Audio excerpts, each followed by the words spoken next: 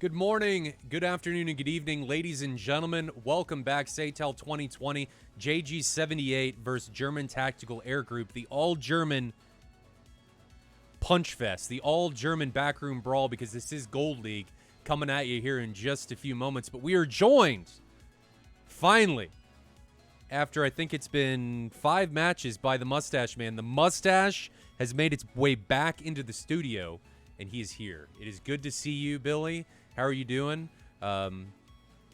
What's up? How you been? Not too bad. Glad to be here. Ready to be back for some action. I've been missing my Saturdays, and now we got some weekday events scheduled. So looking forward to all of that. Yeah, no, I've absolutely been missing the action. Ready to see these guys chuck some spears here. Let's do it. Yeah, I was just telling Billy. We did bring up the live tac view, so I need to give you guys Billy's going to post it. So there's going to be an IP address and a port. And to be able to utilize this, you need to have TacView Advanced. I'm going to do this on a first-come, first-serve basis right now. We need to see how much people want to do this. But that's the IP address. So in TacView Advanced, you're going to click the world icon, go to, real-time telemetry, I think it is. You're going to put that IP address in and use that port. And what's going to happen is that's going to activate it. So right now, it's not going to show anything because the tracks are paused. But as soon as the track gets unpaused, you guys, it should follow along with the track. So when I fast forward or pause it, it'll pause, so on and so forth. Yeah, mountain. I'm not wearing a hat, so it does kind of look like I just walked out of the mountains. My beard's getting longer. It's looking good. So I'm happy with it. 6 months of hair growth prior to yesterday. So when I found out I was going to be on camera, I was like, you know what? It's finally time to axe the mop. So I cleaned things up, shaved the beard, and got the mustache looking nice and tight for everybody. So yeah, I just don't care. Yeah, trust me, I've been in that mode for a while. You don't care about the hair on the top of your head, and I just don't care about the hair all over my face. It's just, once you start getting the gray, like I'm getting more and more gray, you guys on stream just stress me the hell out. And Billy off stream stresses me out. Psycho, there is no password. So this is a first come, first serve basis. It's going to be that way for the foreseeable future. I had to do it this way because there is there's no password ability right now in TacView to lock this stuff down. So I'm just going to say first come, first serve. You jump in there. If you're able to get it, great. If not, too bad, so sad. If you guys really like it, instead of this being behind a paywall, sub to the channel, because all of the money that this channel generates goes right back into making SATAL and the stream better. So yeah, Combs asks, is there a max to it? From what Franz says, the maker of TacView, it's supposedly like 64, and that's due to network restrictions inside of Windows. So there is a restriction. I don't anticipate that all 91 people watching the stream have TacView Advanced, but what can you do? So it's going to be on a first come, first serve basis. I have no idea what's going to happen if we hit 64 of the max clients and then people continue to try and connect. I have no idea what's going to happen. This is just, we're trying it, because I don't know that anybody's ever really tried to get this many real-time telemetry clients into a single server. So we're just going to have to see what happens. And if it fails, it fails. But if you guys bring it up right now, it's not going to be doing anything. And as soon as I hit the unpause button, it should start. So Combs is right. TacView is on sale, 40% off last time we checked, and that is definitely the case. Not Absolutely able to connect. Worth it. It should be working because Billy just tried it and he was able to use it. So it is working. What may be happening, Aegis, is that your router or your firewall may be blocking that port. So you definitely want to check and make sure that the port is available. You also want to make sure you're clicking on real-time telemetry and not online debriefing. Online debriefing, I believe, views things. I'm not sure exactly how that compares, but I know I was able to connect with the real-time telemetry. Let me grab something. Making a new button so that I can use this co-host thing here. Set from file. That did not work. Yeah, we'll leave it there and I'll address it later. Okay, guys. So again, this is JG78 taking on German Tactical Air Group. This is an all German Smash Fest. Get your beers out. Is it Lederhosen? Is that what it is? Did I say that right? Pretty sure. I think I did that sure. right. Get them out, break them out, get ready. Get your Steins out. Because, yeah, see, they're saying, yeah, I'm not a totally dumb American. I can do some things. I'm not completely worthless. You know, people like to talk bad about the United States, and for the most part, we are terrible. I mean, look at Billy. He lives in Florida. I mean, he epitomizes Florida man. So in a lot of different ways, more ways than I think we can extrapolate here on this. I can confirm that. I'm tilting my head forward, and you guys can see how I'm balding. Headphones are killing my hair. I mean, we had to put a hat on due to the shine. You shaved. So, you shaved it off. Mine is falling off. You shaved it off. Mine is falling off. All right, guys, so we're going to jump to the supercut done by Alpha Whiskey. Again, this is JG78. I'm not even going to try and pronounce it. I have no idea how to pronounce it. It says that the title of the stream is wrong, so I'm going to fix that. JG78 versus German Tactical Air Group. There we go. Thanks for reminding me. That was, I guess, Cosmic. I forgot to update the stream title. Did a bunch of other stuff. Some audio wasn't working. Had to fix that, and I failed to update. I always fail at something. So that was my fail for the day. I'll probably fail at something else. I got Billy to catch me in my failures. Yeah, it's part of the SATAL experience. So we're going to jump and watch the supercut. JG78 against German Tactical Air Group. All German Smash Fest. When we come back, we'll be in the sim. Hopefully, if I'm not searching for more camera angles. The tac view should be up, and we will be ready to go. See you guys back in just a minute.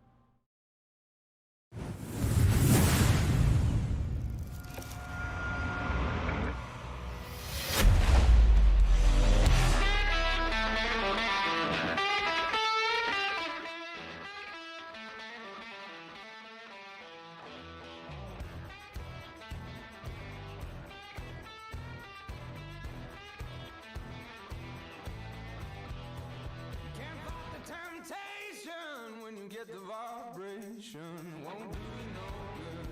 It won't do you no good. You better start rolling when you hear the man calling. It won't do you no good. It won't do you no good. No, you don't mind. If you don't mind, hell, I'll never mind.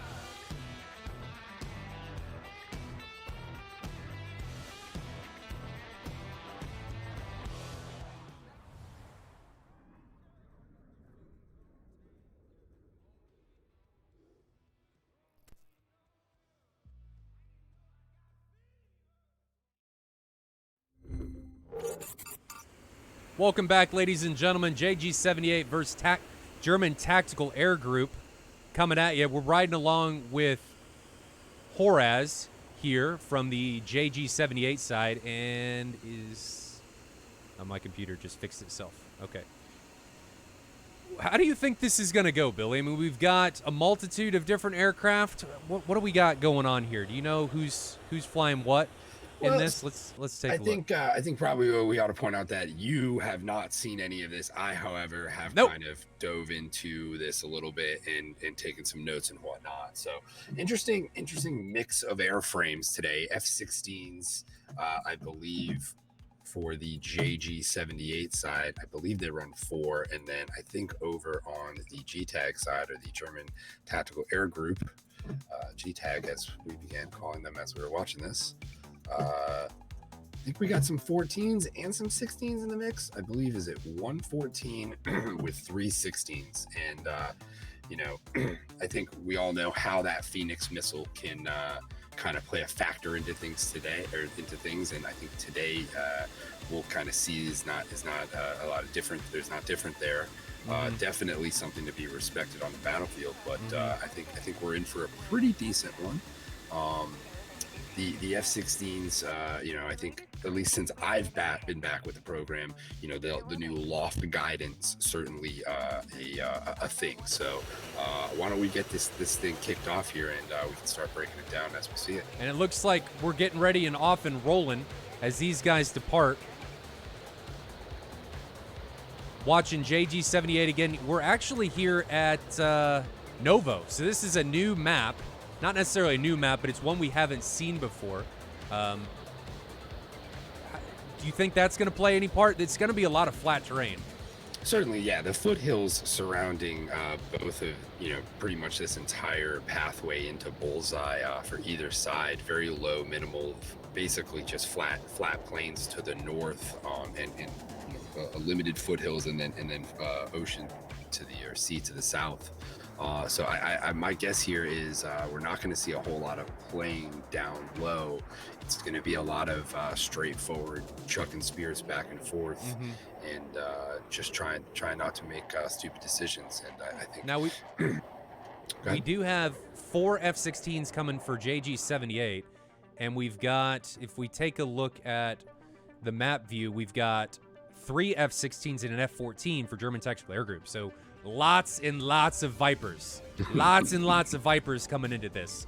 Indeed. Do you think fuel's going to be a problem? Because the Hornet typically does better with fuel economy than the Viper does. F-14, baller with fuel. So it just has a lot. I mean, it just, when you add this, you're talking 20,000 pounds of fuel there. I mean, yeah, those engines are definitely burning through. Now, I think we both know altitude's going to play a big factor into how that fuel consumption goes. So the lower we see these guys stay throughout this fight, I think we can assume the faster the fuel consumption is going to be, especially in the 16. Anyone who's looked at those fuel consumption numbers below 5,000 feet knows what I'm talking about. That thing just drinks through a massive straw at that point. So keep an eye on that as things develop. Another thing that I've noticed is that the F-16s, at least for, I think, the Novo side, so JG78, are only taking 2 bags. That's, I mean, most of the time you burn through that bottom bag just getting it to altitude, so you can ditch it once you've kind of climbed up to where you need to be. I'm not sure what their logic there is on that. I mean, granted, the distances aren't super long here. What's the distance to Bullseye? Distance for Bullseye is really close. So Novo, and it's actually Novo versus Maycop, 95 miles. So distance going to Bullseye is only 48 miles. So virtually decently close to right when these guys take off, they're going to be in the bubble. I mean, so it's going to happen. It's going to happen really fast. Makes sense, probably why they're leaving that third bag off on the 16s. It just doesn't seem like they're going to have the distance to utilize it. So I'm not sure what the 16s for GTAG are doing. Did they take the third bag? It looks like they did. The GTAG, or German Tactical Air Group, we're going to refer to them as GTAG from this point on, or I'm going to try to. I'll probably forget. But they're taking 3 bags. So they've got 3 bags. Looks like they've got 6 AMRAAMs. I'm not sure what weapon restriction they're taking. It may be A or B. The big indication is going to be as soon as they launch, and there went our first missile. Where did it go? It took off somewhere. I don't know where it went. But that would have been a long missile. So it is a C. So they are flying with the A weapon restriction, which means the Tomcat is virtually unrestricted, with the exception that it's only able to carry 4 Phoenix. So they're able to carry the Mark 47, the Mark 60, and the C variant of the Phoenix, and then all of the other aircraft, since all 7 others are taking the AIM 120C. I'm not sure if JG78 is taking any AIM 9s. Obviously, the F-16 can't take the AIM 7, so it's restricted to either AIM 9 or the 120. But do you think limited payload is going to be a factor in this? Because obviously the 16 is only able to take 6. It certainly is. I don't know, with 4 airframes aside, how much of a factor it's going to end up being. I think we're going to see both of these teams have enough to do what they need to do. However, I think depending on what, as we see the 16 continue to develop in SATAL, the matchup versus, right now it's not as huge of an issue, right? Majority of the planes in this match are 16s, but I think as we see the matchups kind of become a little bit more dissimilar, and we get our first casualty. So we watched the missile come in against freaking Gunner, and freaking Gunner got freaking ballerized as he now falls to the ground, and the ground's going to take him out, because we all know Ground, undefeated champion of the world. But he just waited, was too high, not fast enough, and just gets smashed in the face by a 120. Decent. Those were definitely the 2 lob shots initially put out there, right? And I believe they actually get 2 here in the mix. I'm not sure who else is still defending right now. Don't ruin it for us.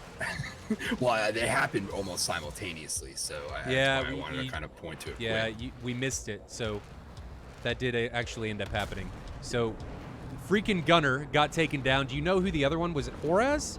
I believe who got taken down? It was Horaz. Maruz had a very good evasion too, because there was 3 shots that come out on that initial pass, and Maruz does a very good job of kind of coming back. Well, Maruz, who we're riding along with now, has a Phoenix coming in from somewhere. Right, and this is where he's shaking that. He does a very good job evading that first initial Phoenix. I don't see it. I think what we'll continue to see here is JG78 is struggling right now to try to gain an offensive upper hand in this. Yeah. Off that initial barrage from the German tactical air group guys, they become defensive and are really struggling right now to try to flip that back over. And credit to the German tactical air group guys, they're really pressing here and forcing the hand of JG78. So there's another Phoenix that I just actually saw come off, and came from Night Raid. Let's see if we can grab it. So where is it? So here's the Phoenix. Let's flip to dual view. So we got the Phoenix coming in against Black Panther. Phoenix is still rocking, and Phoenix is really slow at 500 knots. So Black Panther is actually outrunning at this point. That's going to be a non-critical threat, and we can actually see Black Panther launching right here, though. I believe he begins to turn in. Black Panther actually gets hit. Yes, I didn't see what he got hit by. It was a Phoenix. He just doesn't. So what I ended up doing, I grabbed the wrong Phoenix. Yeah, okay, I was gonna say, because I want to say the one that hits Black Pixel there, Black Feet. What was it? I'm sorry. What's the handle? Black Panther. Black Panther. I'm sorry. Yeah, he just doesn't give enough notch to it, and I believe I think he might think he's clear of it, and he begins to turn, and it kind of just at the last second gives that Phoenix enough to get him there by maneuvering a little bit back into it.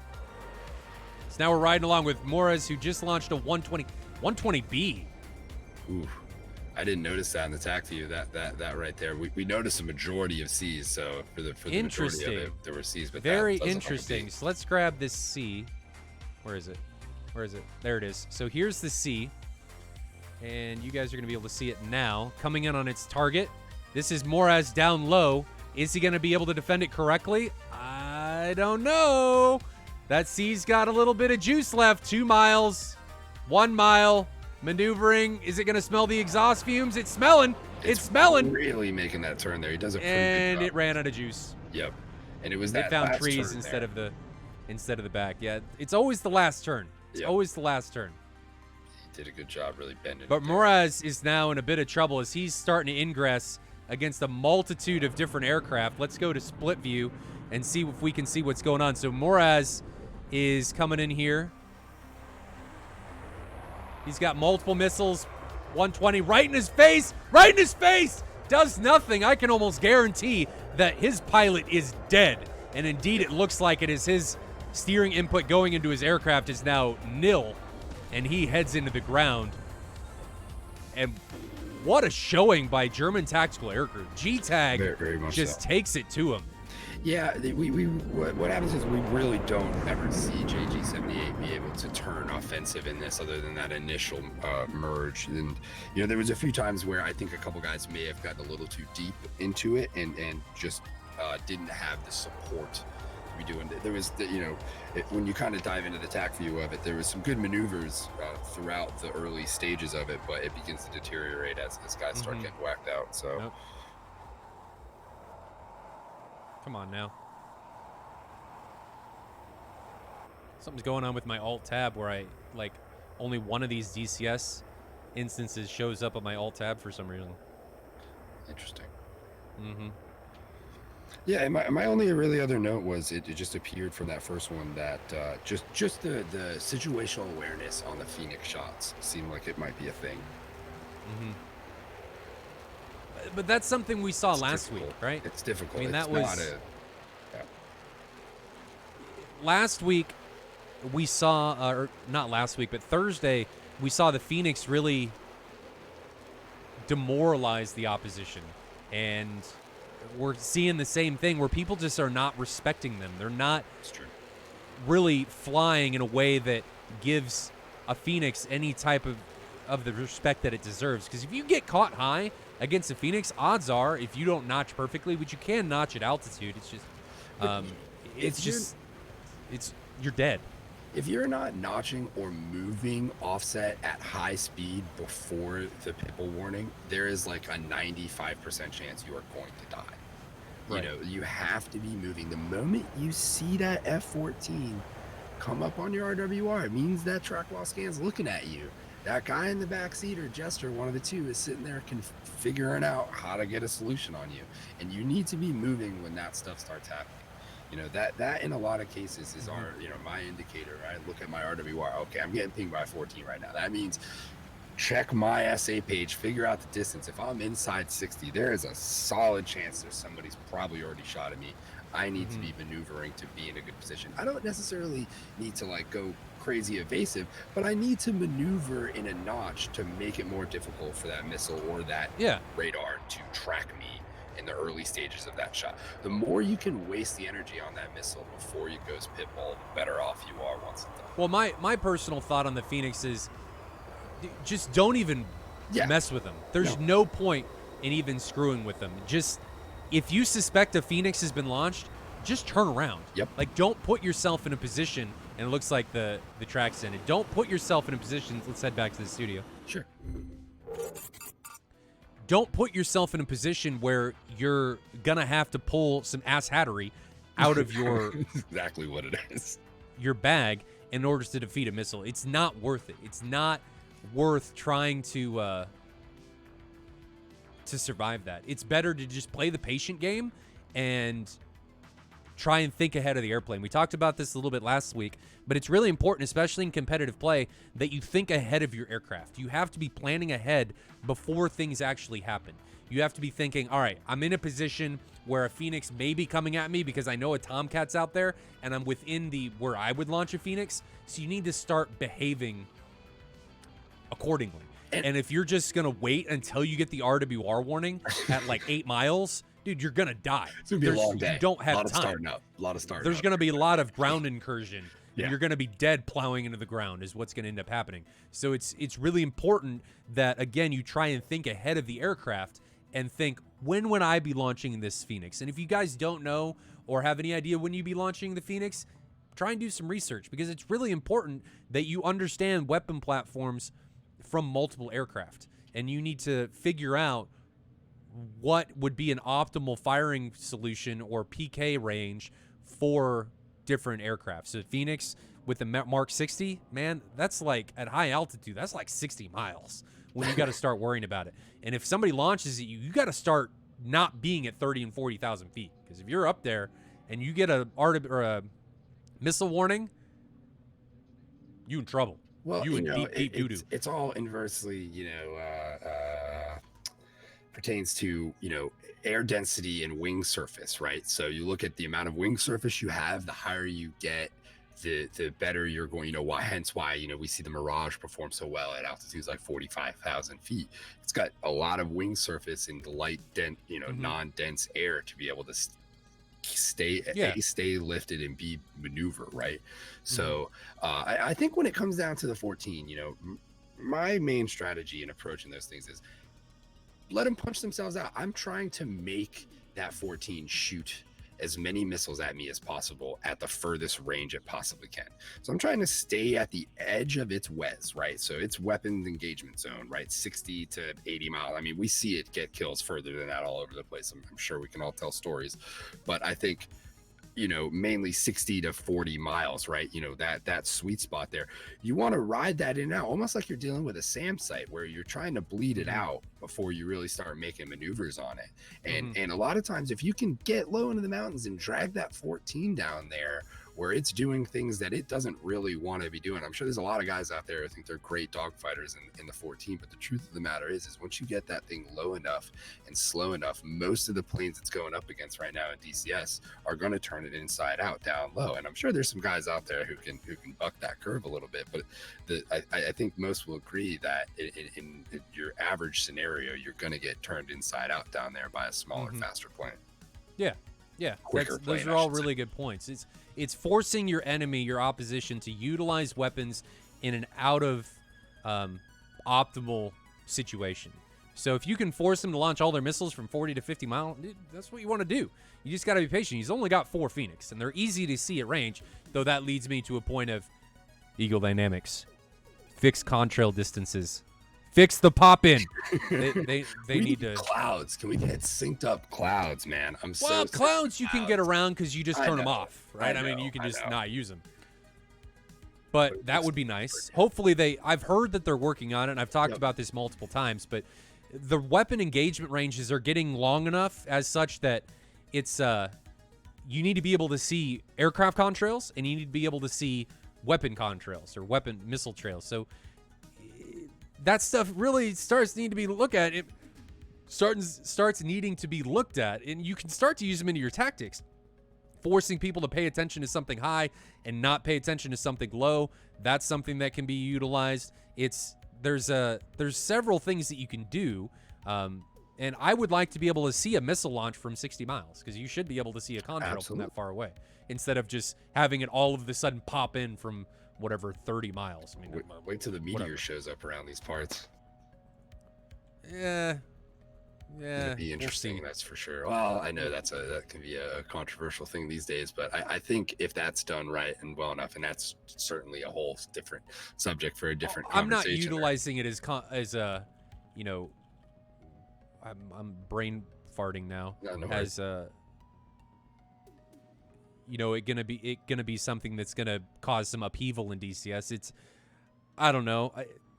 We'll just have to see when it comes out what it's going to do. It's hard to make any type of determination of what a missile's going to do before it actually comes out. And who knows when that plane's going to come out. It could be 5 years from now. That's very true. I mean, all we've seen so far is some renderings and whatnot. So, I mean, that says a lot, I think, right there in itself. Just waiting, getting the tracks synced up. So, was anybody able to... Krubrex, dude. Enjoy my balding hair. Enjoy it. Look at this. Just look at it.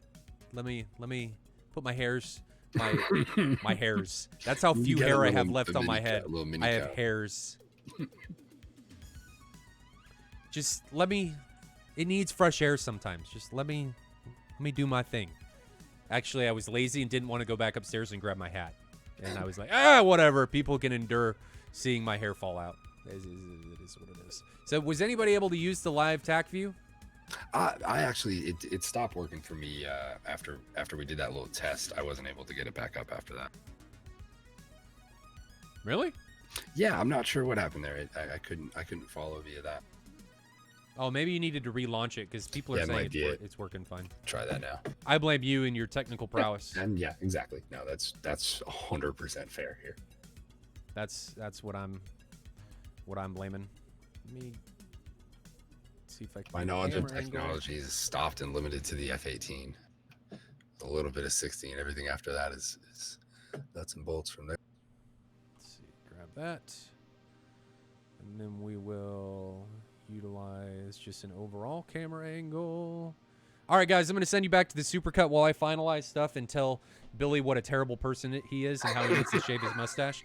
But I'll see you guys back here in a minute, and we will be going into round 2. JG78 taking on German Tactical Air Group. G-Tag leads 1-0.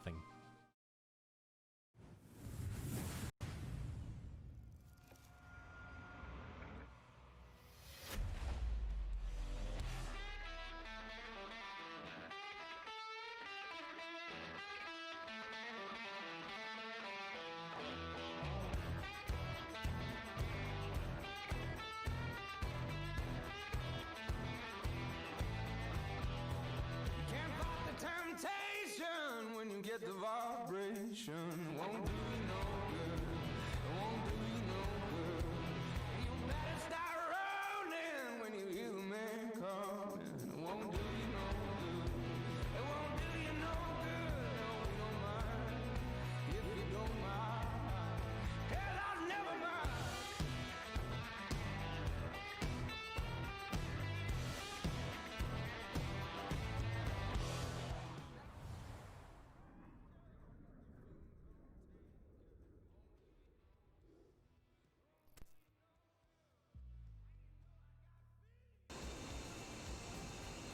Welcome back, ladies and gentlemen. G-Tag up over JG78, 1-0. We're just hanging out here at Novo with Papa Saber, Night Raid, Gozer, and who's our other guy here? I can't read it. Can you tell me who that is? The blue blends in too much with the aircraft. Airy. So Gozer and Airy are the two lead F-16s. How do you think that last round went? I mean, aside from the Phoenix actually absolutely bamboozling JG78, which we've seen a lot in these early Gold League rounds, how do you think that round went? Well, to be honest, I think the biggest thing that happened in that first round, or that first round there, was the two lofted 120 shots, and that simultaneously they lose two guys almost in a split second. It's down to a 4v2, and I think that right there was probably one of the key factors. I don't think if they lose two at the same time, basically, does that round necessarily go the way it does. You know, that I think we both know how demoralizing that can be when two guys get blanked in almost an instant like that. All of a sudden, now those two guys know that they have a much bigger uphill battle in front of them. Not that we saw JG78 guys cower to it in any kind of capacity there. I think they fought pretty well, given that fact. But nevertheless, that can be a pretty big hit in the first blow or the first bout there. You know.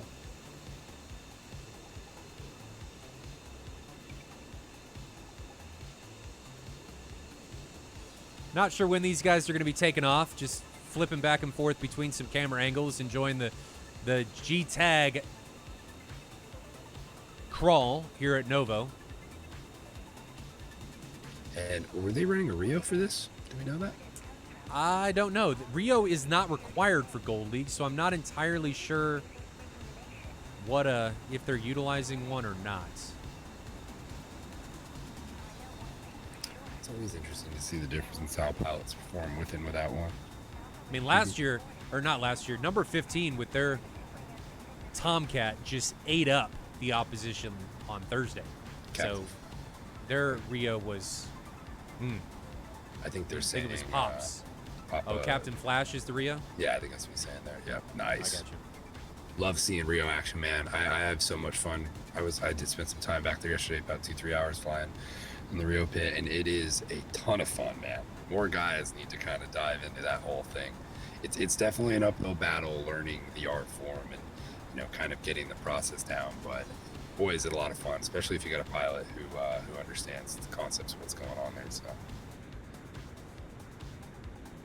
does anybody in chat know of a program that allows me to switch back and forth between open window programs using a hotkey? That would help with these dual cameras. That would help immensely.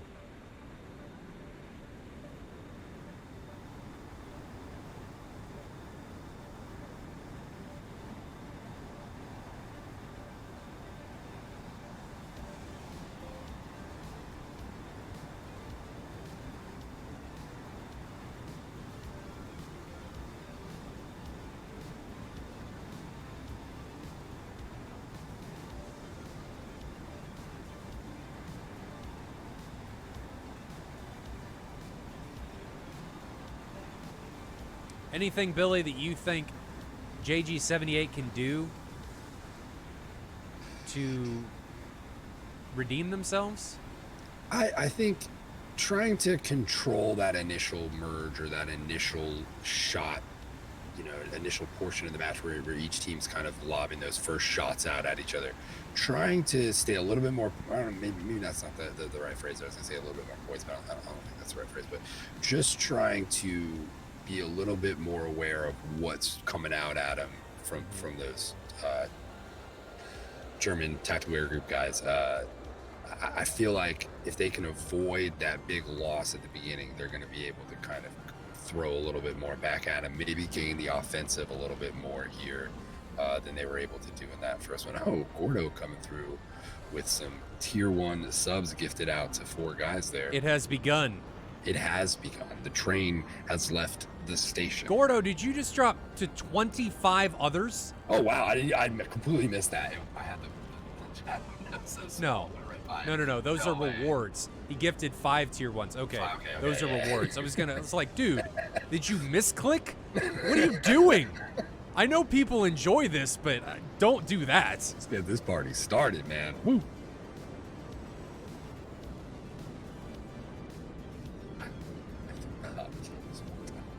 So back to what you were saying about JG78. Yes, sir. Where do they need to go in order to come back out on top in this match? I mean, they got dismantled in round 1.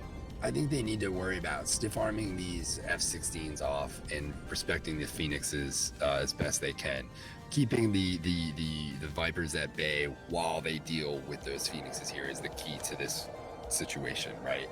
Because clearly, I think the Phoenixes are, going to kind of lead the way for the strategy for German Tactical Air Group here, and then I think you'll see the Vipers start following up on some of these shots. And I think, really it's incumbent upon JG78 to worry about making sure those Vipers don't get in close enough to kill them while they deal with those Phoenix missiles. And, I think we'll see that develop here a little bit. I mean, that would be my strategy going into this if I was in the driver's seat of the JG78 guys. So I got you.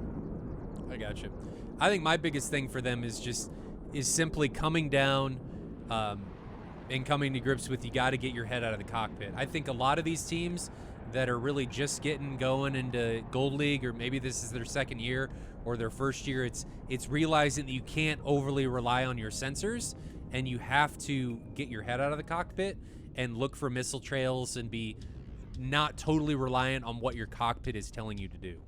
Well, now I think that still is a sensor, and that's called the old Mark 1 eyeball, right? Now I believe that's your most important one at the end of the day. And it's a very good point. Is I think with how much information a lot of these airframes get pipelined in, that sensory overload is a real thing these days, and especially for people who haven't spent a lot of time in these type of planes, just adjusting your brain to that flow of information is a process in itself, right? It's all part of building that internal situational awareness, and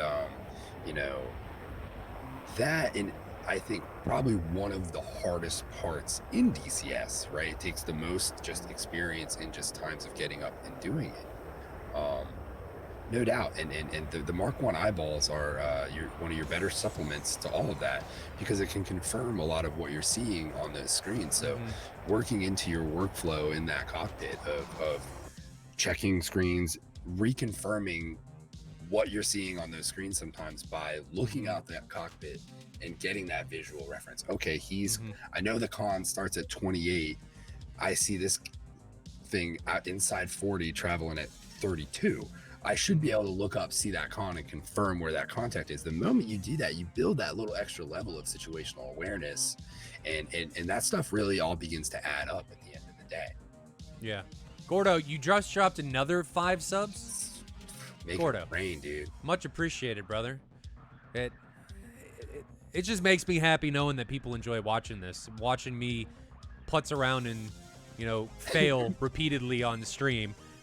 It just makes me happy that people maybe it's just people like watching me screw up and fail repeatedly. I think that's really what it is. They come for your mustache and to watch my balding face fail on stream. Gazra says it's fascinating. Oh, he's probably talking about maybe he's talking about me failing. Maybe he's talking about little column A, little column B there. SATAL. I don't know. 120's coming from Gozar and Airy. Multiple 120s out in the air. Guys, I think you're launching a little bit too many from a little bit too far away. 25 miles. How fast are these guys? 33,000 feet. 25,000. You're not. Freaking Gunner people is just got to fly into that check stuff. in on freaking Gunner. Gunner! Right, yeah, Gunner! A little bit of trouble here. Little bit of trouble. He can pull off. Same thing with the jump. He is diving, and he is decently fast. So I'll give him that. Do you know where that missile is? Yeah, he's gonna pull out of this, I believe. The missile is rather close. He that split S there, that vertical notch was a very good maneuver on his part. Let's take a look and see where that missile's at. So the missile behind him, the missile just ran into the ground. So the missile behind him, he was able to split S and get out of that easily enough. But if he would have stayed high and not defended that any later, he'd be dead. And yeah, we see a much better job from the JG78 guys on this initial foray to evade and you know, really press. You know, there's a cloud of 120s right now tracking Ari and Gozar, but they're all pretty much. We do have okay. So one thing we need to look at is we do have a Mark 60 coming in here onto Moozer. I think it's, I don't know how to pronounce his name. Grab it. Where is it? Shit, it's coming in right now. There it is. Let's go to dual view so we can see this. So we've got the Phoenix coming in, and it's coming against. He's dead. He's too high. He's definitely dead. It's just not enough evasion for it.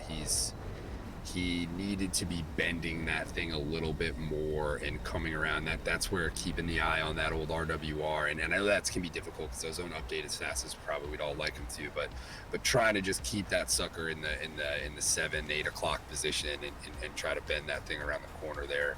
You know, just a little bit more turn and energy in the downward force. Speed seemed like it could have been a little faster too.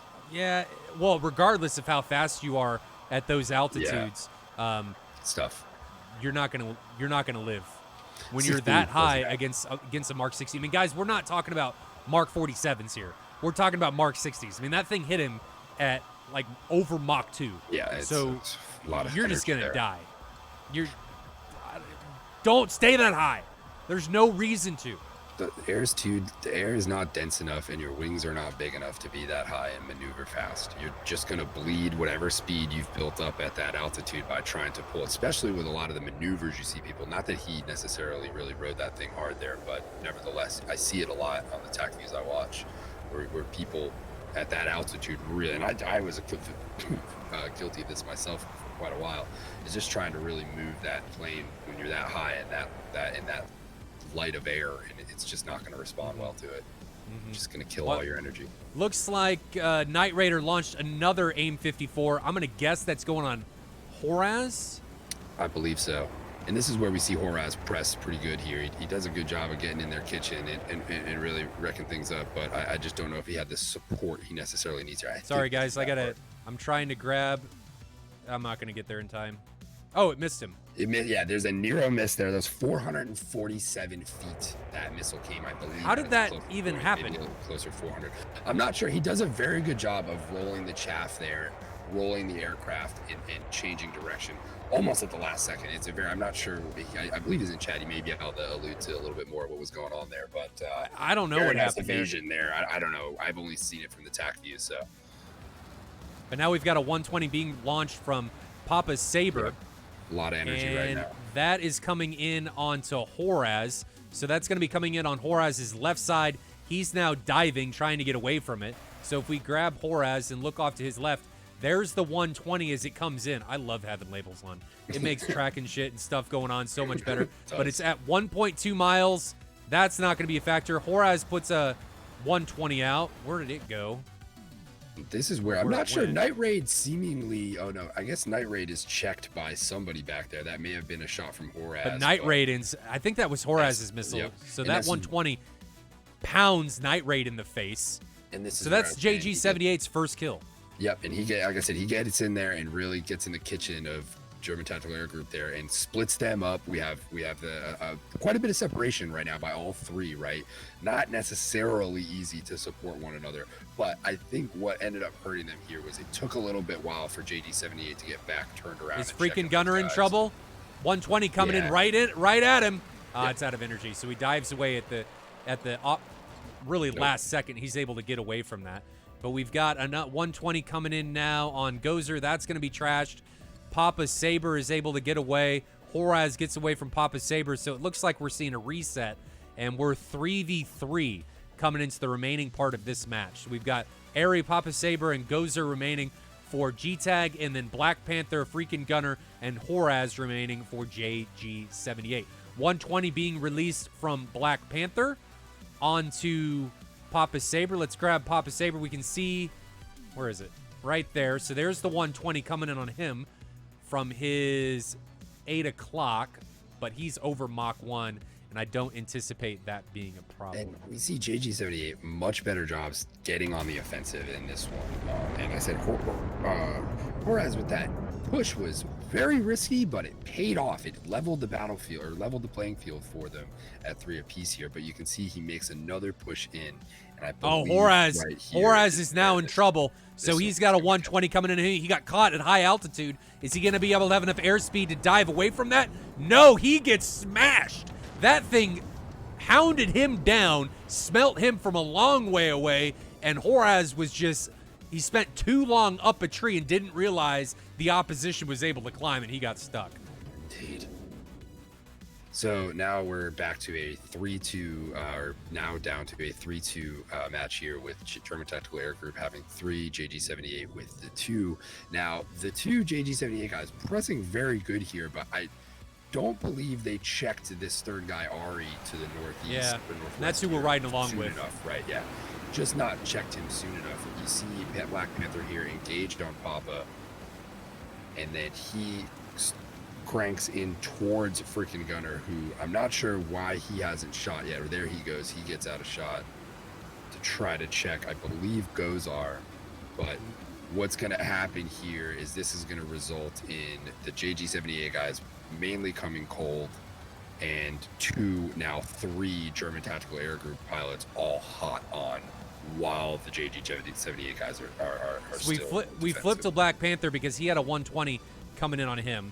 But let's see the views here. JG78 is now merged with Gozer, so let's grab that view. We're riding along with Black Panther coming in on Gozer. I'm going to keep track and try and keep track of what's going on at the other part of the screens. Now we're going to grab Papa Saber, as he is now behind Black Panther, and I'm actually going to flip this to dual view so we can ride along with a couple different aircraft.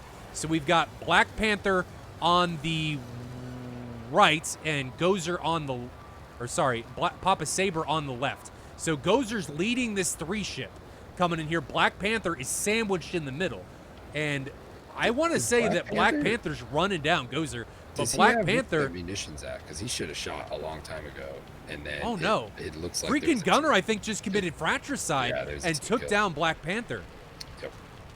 That is one of the cases, the bad times to launch a 120 when you've got a teammate so close behind. That is exactly what can happen. So who do we have remaining? I think we missed one of the he needed to be sorting on the contact to the rear, and I'm not sure how, that stuff right there is very dicey, very difficult when you're talking about that. And then now we see Papa coming in with the gunshots here on freaking Gunner. So Papa Saber able to take down freaking Gunner with his M61, but that was simply a result, ladies and gentlemen. That was simply a result of fratricide. Yep. That is exactly what you do not want to do with an active missile. You do not want to fire it into a furball. If you have a friendly that is within a mile of an enemy, do not shoot an active. Don't shoot. You can sometimes, even if you shoot a Fox 1, if the enemy gets killed and your friendly is still there, that missile is going to go active, technically the way DCS operates, and will still have a decent shot at hitting your friendly pilots. You have to be very careful when you start chucking spears into those merges. We see it every day on PvP where some people just don't understand, and they just start throwing missiles in there, and you're gambling at that point. It's riverboat gambling. Yeah. Gordo, did you drop another 5 subs? Or did I miss that? Have you dropped 15? No. So no, he didn't. I think big takeaway there. JG78 did a very good job of almost drawing that thing into the point where missiles became a very difficult thing to use for either side, right? So had they not thrown that 120 in there, we now see basically 2v2 furball where you have to be very careful about chucking, especially Fox 2s at that point. And it almost kind of would have forced a gun situation for all 4 planes there had that continued to develop. So I think important takeaway is to, once you see those planes all converge that tight inside 5 miles, you have to really switch the way you're thinking very quickly. And start to begin to maneuver for position and hope that somebody's not stupid enough to take a shot in there. It's a gamble either way, but the smart... an easy way around that is inter-flight communication. Right. So what I've done in the past is if you're coming hot and you can get the guy off your wingman's tail, is to tell your guy to break away hard and just get out of the way, right? Yep. Break away, get him out, cause the other guy to fly straight for even just a second to open up an opportunity for you to put a missile on him. And if you can get him to do that, you greatly increase the chance that you're not going to kick the shit out of your friendly. It's really important. Communication, guys. Talk. If you don't talk and just throw a boomstick in the backroom brawl between your buddy and an enemy, and you're just going in there flailing, throwing punches, you might punch your buddy in the face and send him down. That's about all you're gonna have. No, it's so important. Groups that communicate well perform well, they kill well, because the flow of information helps you not get into those situations where you're stranded, where you're too deep in those. It's all about communicating and knowing what the other guy is doing in the back of your head. And I know with the group I fly with, a lot of times I don't have to look at my SA page. Why? Because these guys are communicating so well with me that I know what everybody is doing. At a quick glance, I've gotten the right information to know where every guy in my flight is going and what they're doing. So once that stuff all begins to come together, the better you communicate, the better you're going to perform. It is, I truly believe those two things are like tied together at the hip. Well, the ability to communicate is, I think, what sets a lot of teams apart, right? So if you're able to communicate, you've got a leg up on your opposition. And that's Gordo, dude, you dropping another 5 subs, making it rain. He's just making it happen. Captain Cranky says champion. Indeed, Gordo is the champion of the stream for the day. Just making it happen. And I got to call out 104th Bullet. Thank you for the sub too. You got kind of overshadowed, but thank you for your commitment to this stream. Again, guys, if you are just joining us, we're coming to the conclusion of the stream, but live TAC view is up. So there was a point earlier. I need to set up a bot. That's going to happen today, tomorrow, or Monday while I have a couple days off before the next stream. Next stream is going to be 1500 Zulu on Tuesday, and we'll go over who's going to be flying then here in just a moment after these guys land. But if you guys haven't checked it out, we've got live TAC view. So you guys are able to drive your own camera in TAC view. There was a IP address and a port sent out earlier. We're not going to repost it now, obviously, because everything's done. But you need TAC view Advanced. TAC view is on sale right now. I think it's 40% off. So if you guys want to pick up TAC view Advanced, TAC view you should have anyway because it's awesome. And TAC view Advanced allows you to do some online debriefing. So if you want to have one guy drive the camera while other guys sit in for the debriefing, that's an awesome tool. So you're not all trying to follow along with what one guy's talking about. There's just a lot of really cool stuff that can happen inside TAC view. And there's a lot of really cool things that TAC view Advanced allows you to do that the normal versions of TAC view, the free version and the standard version, don't give you. So make sure you check that out. But that'll be available for all future streams. We didn't put it behind a paywall because there's no password protection that I can do on it. So it's just going to be first come, first serve. So if you want to ride along with TAC view, I suggest getting here early as soon as the stream goes up and be spamming that TAC view button to make sure that you get a seat. Because I think we can only have like 6 pilots, or not 6, 60 clients inside and connected to the live real-time telemetry session. And Ari's kind of worrying me here. That was a little worried. He got a little slow and was a little kind of all over the place coming over the runway, and I didn't know if he was going to fly into the ground. That was a little worrying. Athena Tab, thank you for the sub. Much appreciated, guys. That's one of the guys. So what I think happened here, Billy, is we didn't have a lot of subs here for the first 5 streams, and then Billy comes on. Everybody sees the mustache and be like, he's back. The real reason we're all entertained. Right. It can have an effect. Oh. Can have an effect. No, it is the effect.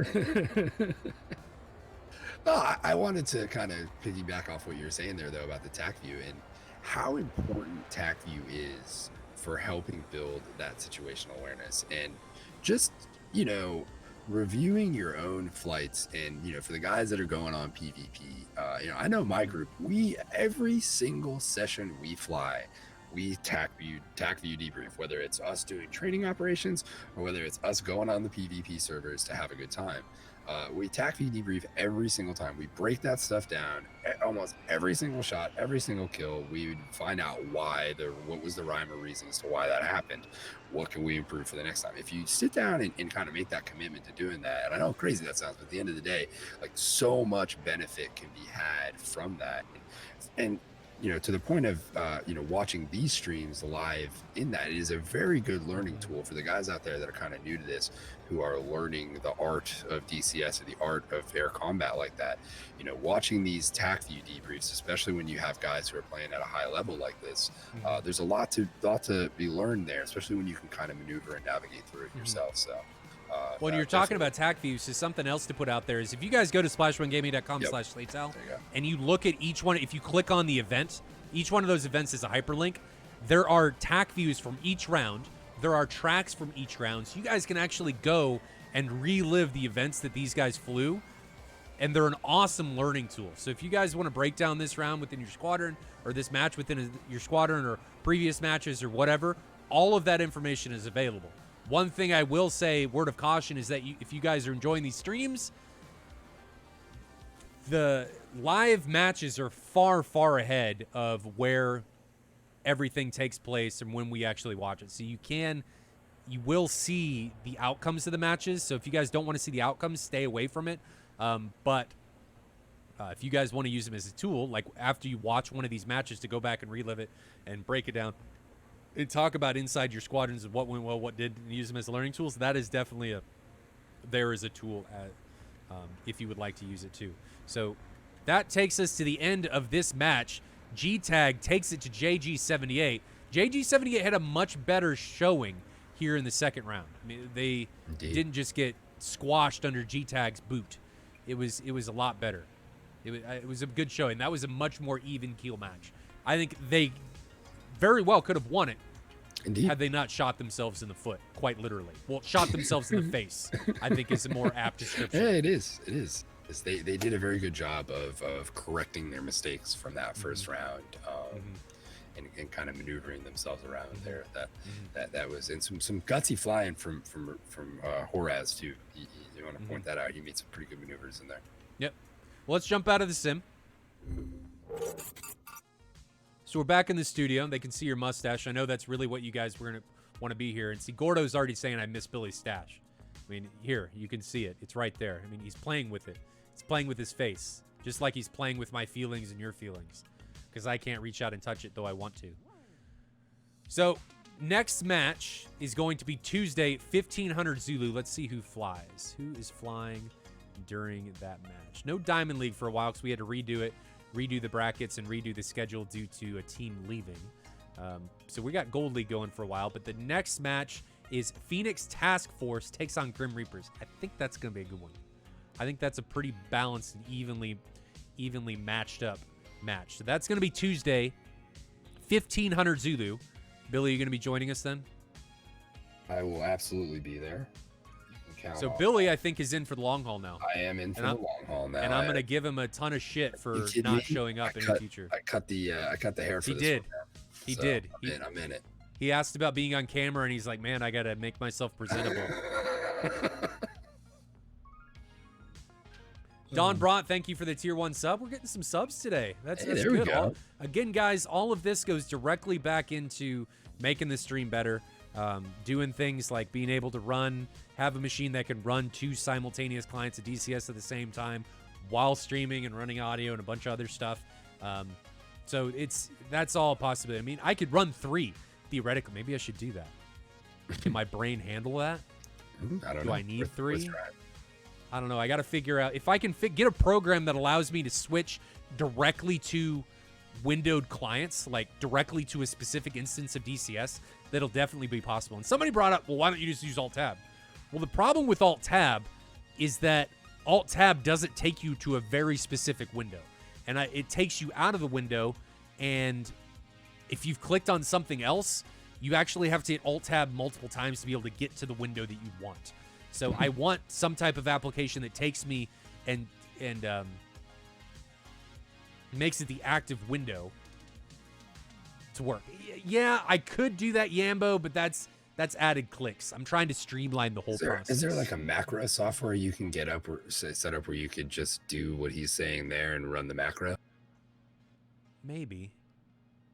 But the problem with that, though, too, if you run the macro, is that when you Alt-Tab, your active window is the first one in the list, and the inactive windows are after that. So every time you switch windows, the order's going to change. Yeah. So I don't know if the macro would work. Yeah. I'd have to figure it out. Mass, yeah, multiple the desktops isn't the problem. The problem is if I have to click out of the active window in order to make it inactive.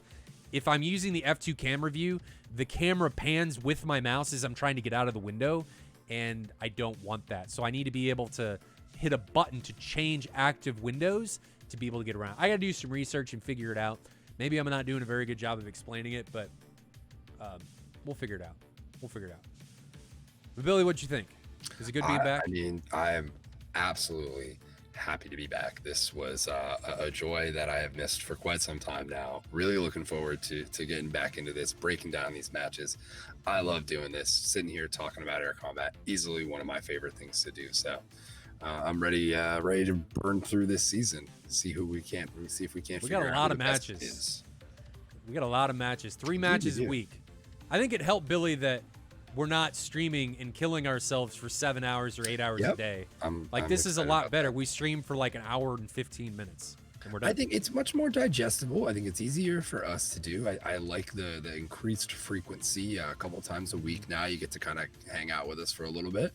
And I feel like that provides a little bit more opportunity for different people to be able to watch and stuff that. So yeah, it's way more digestible. It's easier to jump in. I think I am uploading a lot of this stuff to YouTube. I haven't made them active yet, but tonight, after I get through and get everything where I want it in the correct playlist, I'll be making the past streams active on YouTube. So these are going to be. This one will go up tomorrow because with Twitch you have to give them 24 hours. So this will go up tomorrow.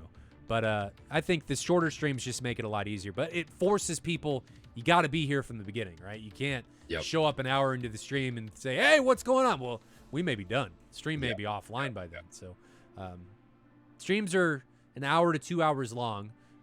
But I think it's going pretty well. The tracks make it really easy. The live tac view is pretty cool. We didn't break down tac views today. I forgot. You got me really excited that I didn't pull out the tac views. Maybe that's why the stream's so short. We'll do that next week. I'll try to, when I do my note taking session, I'll try to make some timestamp markings so to make that a little easier to get through as well. Well, maybe you can drive the tac view and we can showcase that online debriefing side of tac view things. The right way to go because you've watched these all in the beginning, and you're probably better at driving tac view than I am because I absolutely suck at driving tac view. I'm just not very good at it. I'm just not. It's one of those things where once you kind of get into the nuts and bolts of the cameras and the way the cameras kind of work, you kind of start to get it. Like I said, I spend probably an hour a day in there at least, so I'm just kind of getting good at it at this point. Yeah, I don't. I typically take off, go kill a bunch of people, land, and then by the time I land, my family needs me and I got to go upstairs. So I don't have time to debrief. Billy doesn't have a family in his house, so he doesn't have to step away. Yeah, DCS single life, is my boys. mistress, my wife, it's all of the above. That and well, you were getting pretty heavily into X-Plane and Flight Sim and stuff for a while. Well, I wasn't X-Plane, and I've been playing Sim. I'm not at liberty to mention for the last couple months, and enjoying that thoroughly. Is it a space sim? It's not a space sim. It is a normal simulator of airplanes. Is it actually a sim? It's actually a sim. I got to be careful here because I'm under a specific legal agreement to not speak about certain things. So just leave it at that, so I don't get myself in trouble here. But yeah. Or Towerman says he configured hyperkeys to switch to a particular window with a shortcut. Interesting. Or Towerman, can you send me a message about that on Discord if you don't mind? I think you got me on Discord. Oh, that was a customer review of hyperkeys. I'll have to look at that. Interesting. Yeah. Maybe that'll work. That's exactly what I want. Yeah. That's exactly what I want. That's exactly what I need. Because if I can get that working, the cameras are just going to get that much better. Because then I've got 3 Stream Decks. Somebody said, get a Stream Deck. Dude, I've got 3 Stream Decks.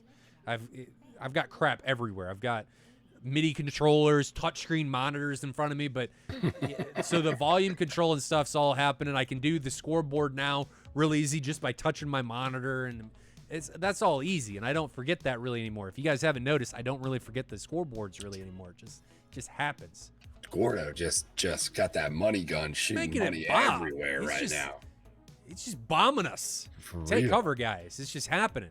But I this is one of the last pieces, and if I can get this, it makes it so that I can really have even more clients than just 2 to be on DCS. Because I figured out that if you can run DCS as a different user inside Windows, and if you do that, you can actually run 2 executables that have the same name at the same time. And then I use another program to rename the window so that OBS can grab both of them separately so that it knows which one to grab because it does it by window. So that ends up working. Or retirement. You don't have Splash One Gaming Discord down below. You got to find the panel. It's down there if you're not in the Splash One Gaming Discord. If you are, just look me up and I'll be down there. Oh, Jazzy making it rain. And see, this is what happens. Everybody just wanted to see the mustache. that was a tier 1 sub cluster munition right there, boys. Tier 1 sub cluster munitions raining all over everybody. Take cover. Oh, that was a CBU 97 unguided. Yeah, it was. Just dropped them and it seeked out yeah. and just beat the shit and found people all over the ground. And it's like, you get a sub, you get a sub, you get a sub. No prejudice. Making it happen. Well, I appreciate it, guys. You all get subs. But I really know that I have nothing to do with this, and it's all Billy. You guys are reinforcing that idea. I mean, I don't know how much I bring to the table aside from a mustache and some half-baked takes on DCS. No, it's all the mustache. I mean, the mustache does a lot. I mean, trust me, I've seen the power of it in person. So I know what it can do, but it's got like a gravitational pull against the opposite sex. Is that what you're saying? Well, I mean, with great power comes great responsibility, right? I mean, isn't that the way that goes? Oh, Right? he's not going to enlighten us on the power. Absolutely. I see. He's going to keep it know to the himself. power exists, and I can confirm it. I see. If you trust my wisdom when it comes to air combat, then you should trust my wisdom there. Mm-hmm. Mm-hmm. See, he's got it nice and controlled, where I've just got shit all over my face. You got a little bit of a mohawk thing going on right now too. It's, kind of. Yeah. I played soccer for most of my life, so I got to embrace the faux hawk. Right there you go. That's just quintessential part of it. That's just part of it. It's what I got to do. Well, all right, guys. Next stream is going to be 1500 Zulu on Tuesday. Again, it is Phoenix Task Force coming up against Grim Reapers. So I think it's going to be a good one. These teams should be pretty evenly matched. And I know people like to talk poo-poo on the Grim Reapers, but they got a decent competitive team. And they've done a lot for the DCS community. And people are always like, man, they're a bunch of testers and they don't know what they're doing. They actually know what they're doing. They do a great job with a lot of the stuff they do. So come out. Let's watch them.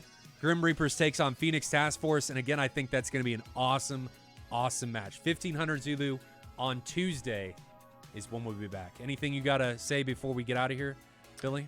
I think I'm all good. I'm glad to be back. Thank you for the warm reception, Moltar and chat. That this has been fun. Looking forward to Tuesday. We'll get her done. Yep. All right, guys. Until next time, fly safe. Get those KDs up. And we'll see you guys Tuesday, 1500 Zulu. Have a good one. See you.